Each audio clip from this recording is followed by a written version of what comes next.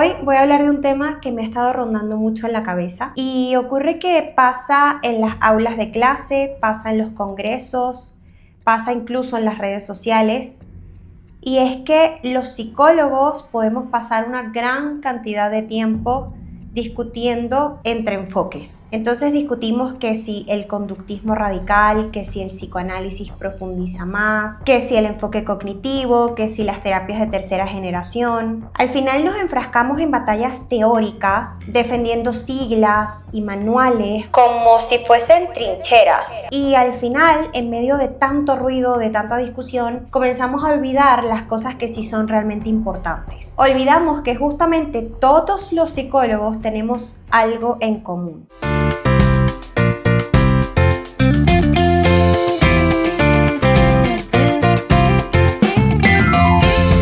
Más allá de las técnicas que podamos tener, más allá del enfoque que podamos tener, todos los psicólogos compartimos un deseo genuino. Y este es el deseo de ayudar a alivianar, comprender, significar, integrar y direccionar el malestar del otro ser humano. Alguien que viene a nuestra consulta sintiendo que literalmente el mundo es demasiado difícil de cargar, que tiene tantas cosas encima. Cuando esta persona se sienta frente a ti en la consulta, no le importa el debate de escuelas, no le importa si era Freud o Skinner. Lo que realmente le importa es que hay un dolor que no sabe manejar, que no sabe poner en palabras, que no entiende de dónde proviene y que no sabe cómo solucionar. Lo único que realmente le importa es que ese dolor está ahí y no sabe dónde ponerlo. Y hoy quiero hablarles de cómo la psicología científica ha intentado entender cómo funciona este tejido que sostiene todo este peso. Y hoy me quiero ir específicamente a los ojos de Stephen Hayes y la terapia de aceptación y compromiso en su célebre artículo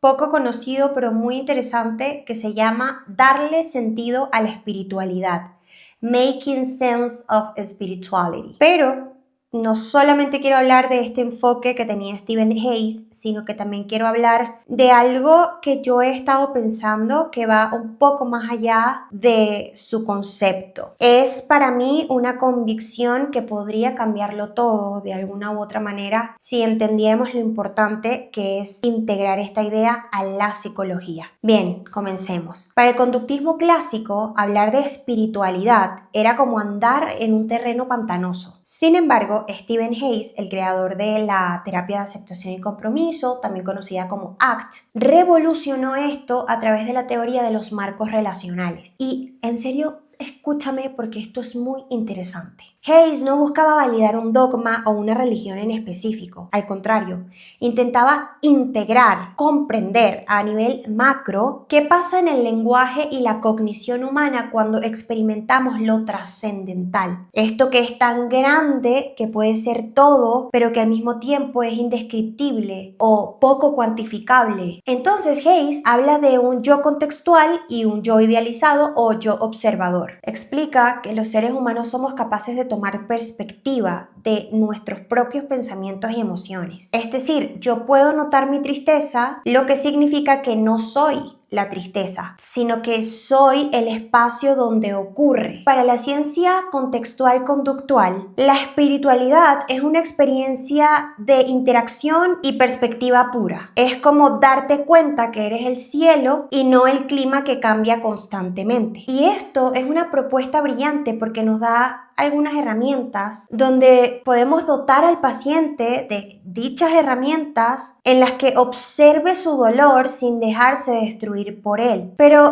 analizando esto a profundidad, surge una pregunta, ¿no? ¿Es acaso la perspectiva del lenguaje suficiente para sostener la existencia humana cuando el mundo se vuelve insoportable? Y justo aquí es donde se une mi Debbie profesional con mi Debbie personal, ¿no? Con la Debbie que soy yo como ser humano, como persona. Y bueno, antes de nada, yo quiero ser bastante clara y es que mi postura no se distancia mucho de la de Hayes, pero sí va un paso más allá de esta como mera funcionalidad del lenguaje. Yo estoy absolutamente convencida de que Dios Es la máxima regla verbal del ser humano. Y déjame te explico qué significaría esto en psicología. Bien.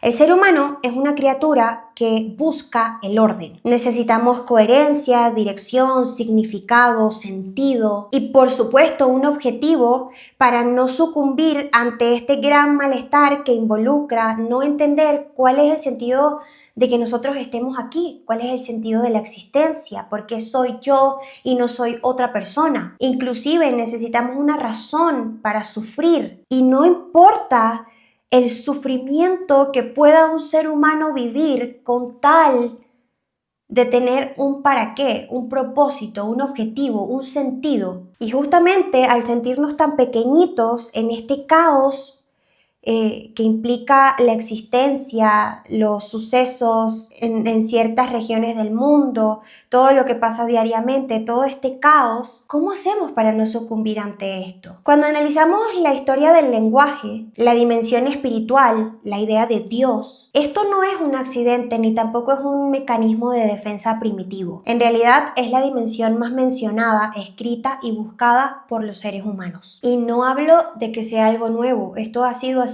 a lo largo de los siglos. Es como si estuviese incrustado en nuestra estructura verbal. Y aquí es cuando entra Dios a la ecuación. Por no decir que Dios es la ecuación en sí misma. Dios ha sido como concepto explicativo y como una realidad vivida, como lo que estamos palpando en este momento, es quien da sentido definitivo al sufrimiento, quien ordena ese caos interno y quien fija un objetivo hacia lo que somos. Cuando yo digo que es la máxima regla verbal del humano, no quiero restarle valor, al contrario, es reconocer que el lenguaje humano encuentra su punto más alto de significado e integración cuando menciona lo divino o cuando intenta nombrarlo. Cuando un paciente llega devastado porque ha vivido una de las mayores pérdidas de su vida, porque ha visto a su hijo morir en sus brazos, porque ha vivido el peor de los abusos, porque ha tenido de las peores experiencias humanas en cuanto a torturas, sufrimiento, pérdidas, duelos, sacrificios, etc.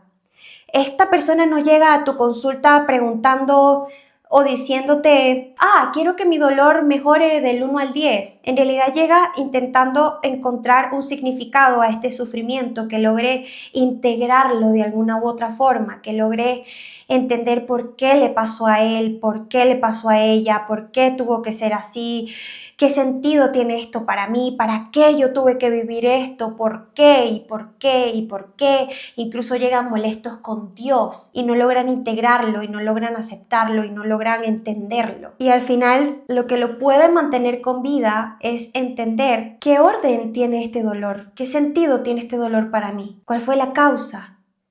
¿Cuál es el sentido? ¿Cuál es el final de este dolor? Y para muchos humanos, ese orden y ese sentido provienen de esa máxima instancia que es Dios. Entonces, volvamos al inicio. Si dejáramos de discutir si el marco relacional de Hayes explica el sentido, la trascendencia, o si nuestro enfoque es el más puro, el más científico, el más cuantificable, es que al final nos queda lo mismo, nos queda el individuo. Y no solo el individuo, sino el individuo con su sufrimiento. Nos queda el propósito. Y mi punto es que la psicología y la espiritualidad no tienen que ser enemigos en consulta. Por el contrario, creo que integra. Ambos reconocen que al final el ser humano necesita desesperadamente integrar su historia, reconocerse, ser visto, encontrar un sentido, integrarlo, entender para qué estoy acá en el mundo, cuál es mi lugar en el mundo. Y hay personas que lo pueden lograr solos, que no necesitan de lo divino, pero hay otras que necesitan de lo divino para encontrar este sentido. Si entendiéramos que nuestro fin último como psicólogos